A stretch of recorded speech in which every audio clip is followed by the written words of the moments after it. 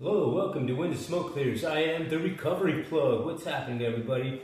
Man, I hope everybody's doing good today. Today's Sunday, another great day in recovery, another great day in this world of spirituality, and it's another great day to be alive, man. So, it's freaking cool. Before we get started with this video podcast, though, if you would please join me in a moment of silence, followed by the serenity prayer for the addict who still suffers. So if you would join me in a moment of silence.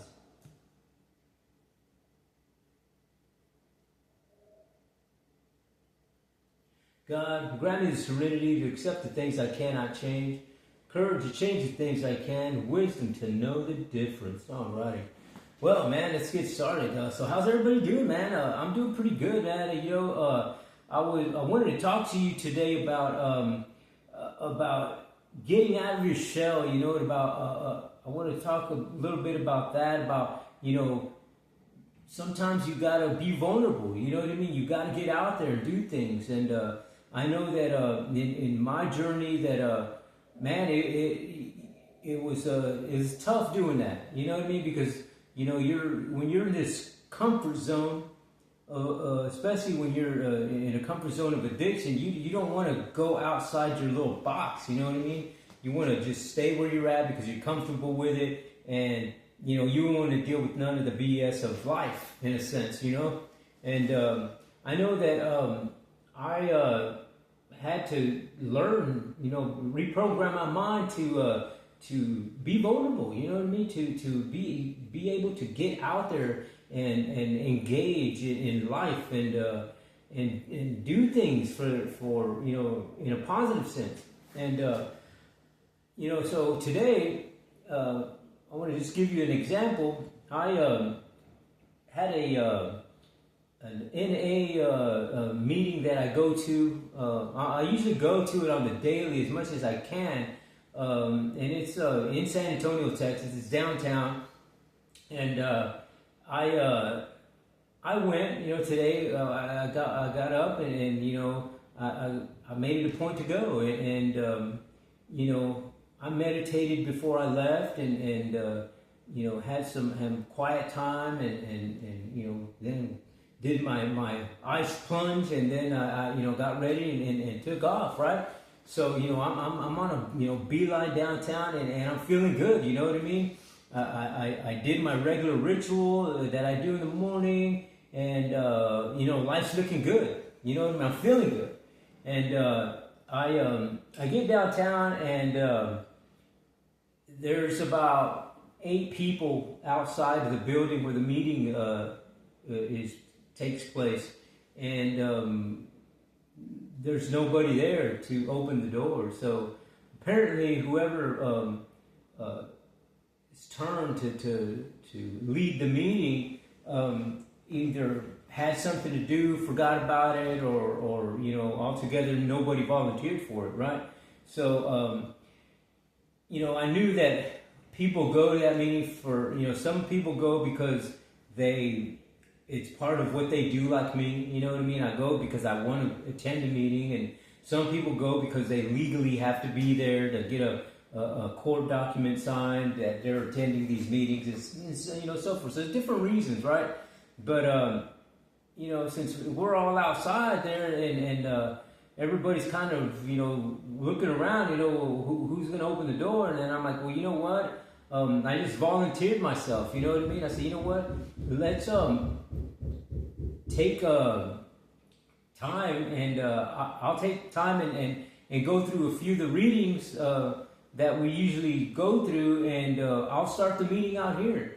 You know what I mean? So I took an initiative to start the meeting, and I led the meeting today, and I read a few the literature that's supposed to be read, and shared a story, and I wound up signing some papers. You know what I mean? Because there was people there who actually needed to be there to get a court document signed. So I just volunteered myself to do it, and I guess my point is that I felt pretty good about it. You know what I mean? I really did, because I've never really led a meeting like that before, and for me to be there and just to take the initiative and then start speaking, and people listened. You know what I mean? They sat there, they listened, and even asked, some of them asked questions about my story and that I shared, and so I thought it was pretty good. You know what I mean? It kind of feels good when you get that acknowledgement that you're doing something positive. You know what I mean? So I really encourage you guys to get out sometime. You know what I mean? If me going to meetings to help you in whatever it is that you're dealing with, you know, it not only helps for people who are substance abuse or alcohol or prescription drugs or anger or depression. It all those stories that are shared at these meetings involve all of that stuff. You know what I mean?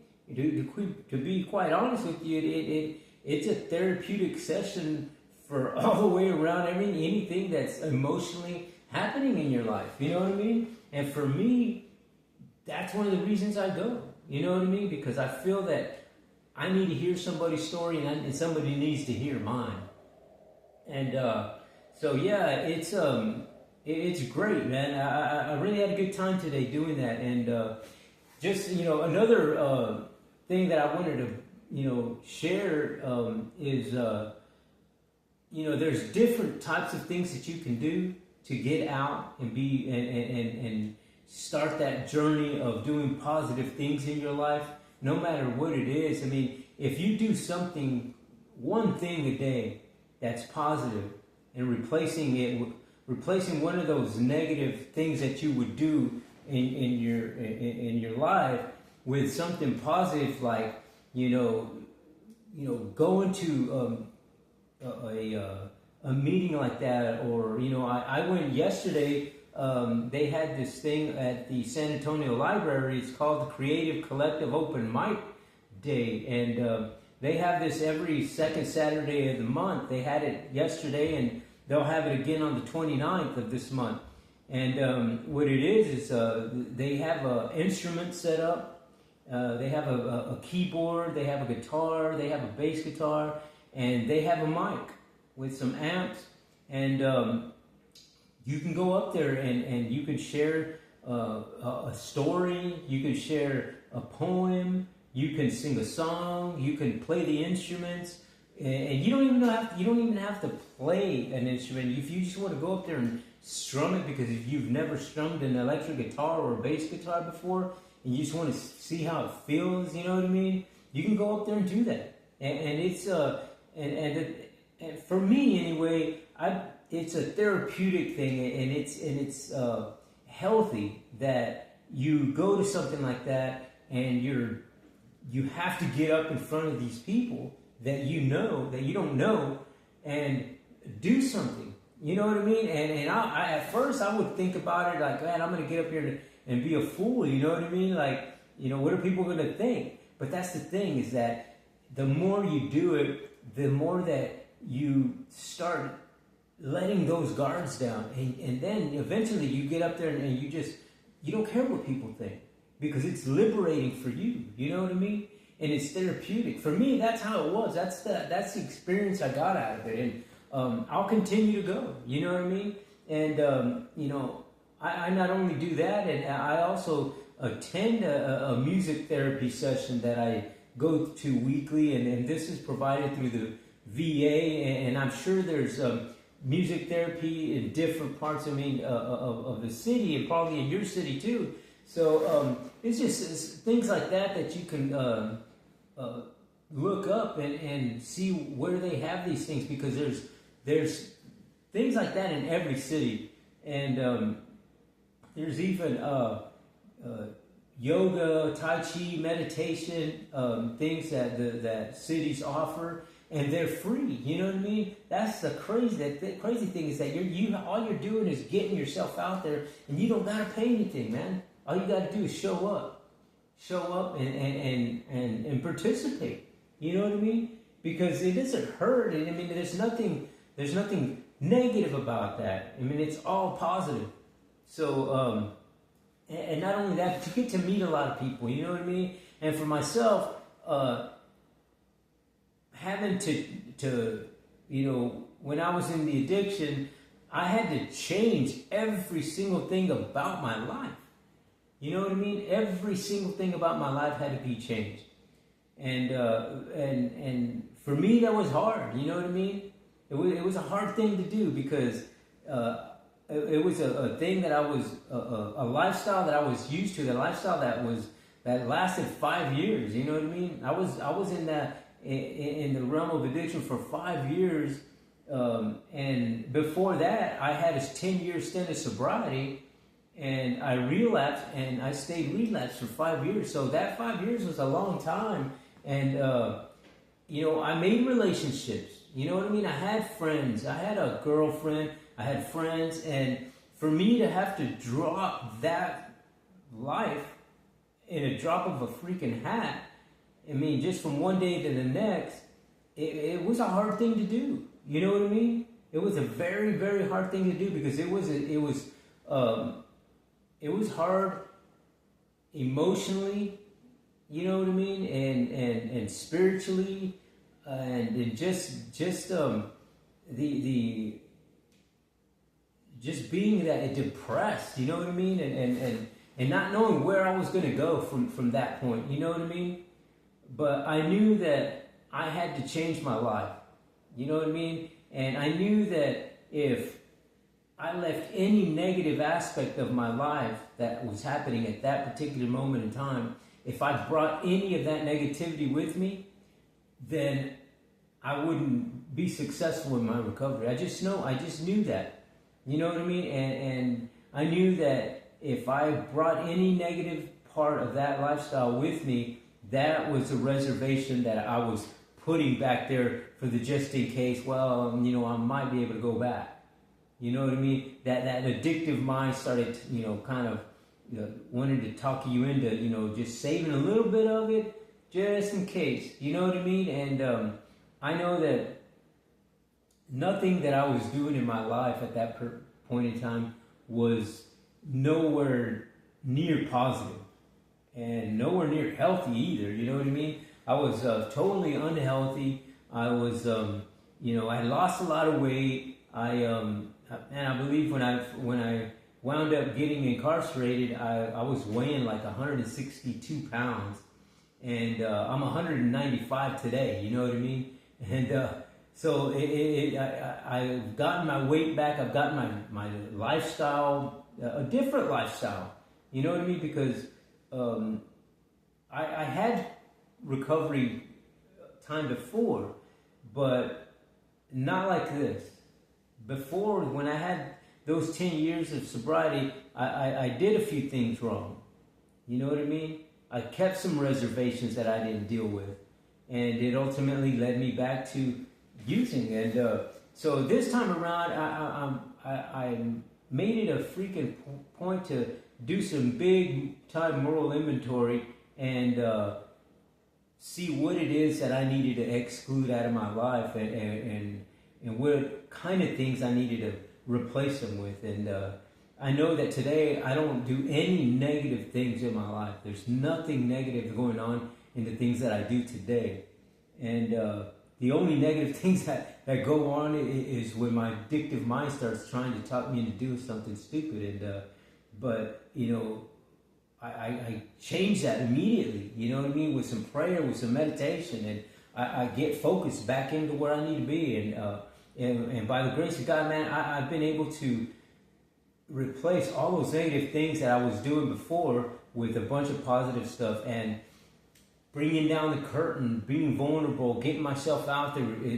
It was one of the things that I have to do, you know, for my recovery to work. You know what I mean? Everybody's different, but for me, that's the way it had to go. And perhaps, you know, it might be something that you're interested in. You know what I mean? And so I got a long list of things that I do today. You know what I mean? I do a lot of reading. I mean, heck, when I went to the creative cultivating open mic yesterday at the library, I picked up 3 books. You know what I mean? So now I got, you know, that's those 3 books are something that is going to be part of my daily routine until I get them done. You know what I mean? So I always make it a point to get the the books read and sometimes talk about them on a podcast video. So it just gives me more reinforcement. It gives me more tools to work with, and it just loads up what I call my recovery arsenal. You know what I mean? My recovery arsenal is just getting loaded down, man, and I'm glad about that. I'm just grateful because, you know, I can remember when I was back in early sobriety, I didn't have a lot of arsenal. You know what I mean? I didn't have a whole lot, and so this time around it's different, and I want to make sure that I don't run out of things to do, things to share, things to live by, and because all it takes is one drink, one drug, one hit away, you know, one freaking isolated moment away from going back to that stronghold of darkness, man, and you don't want to do that.